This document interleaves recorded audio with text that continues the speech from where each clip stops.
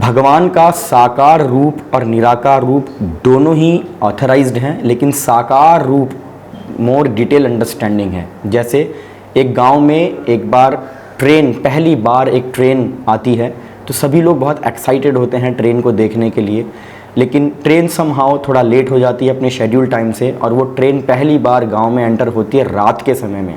रात के समय में जब वो ट्रेन दूर से आ रही थी तो लोगों ने ट्रेन को दूर से देखा, एक हेडलाइट, बहुत लाइट आ रही है, तो लोगों ने समझा कि जो ट्रेन है केवल एक लाइट जैसा है जो आवाज़ करती है, और लोगों ने ये अंडरस्टैंडिंग करके थोड़ा डर के वो चले जाते हैं। तो उनकी ट्रेन की अंडरस्टैंडिंग है ट्रेन एक लाइट है।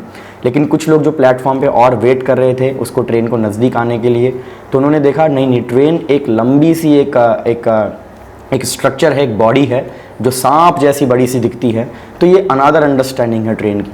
कुछ लोगों ने इस अंडरस्टैंडिंग को समझ के फिर वो चले गए। कुछ लोग जो और वेट किए ट्रेन के रुकने तक का, और उन्होंने देखा अंदर जाके कि ट्रेन के अंदर सीट्स भी हैं, टॉयलेट्स की फैसिलिटीज़ भी है, कैंटीन भी है, सब कुछ है। तो ये ट्रेन की कंप्लीट अंडरस्टैंडिंग है कि ट्रेन एक लाइट भी है, एक बड़ी बोगी आफ्टर बोगी, एक बड़ी एक स्ट्रक्चर बॉडी भी है, और उसके अंदर बहुत सारी लाइफ भी है।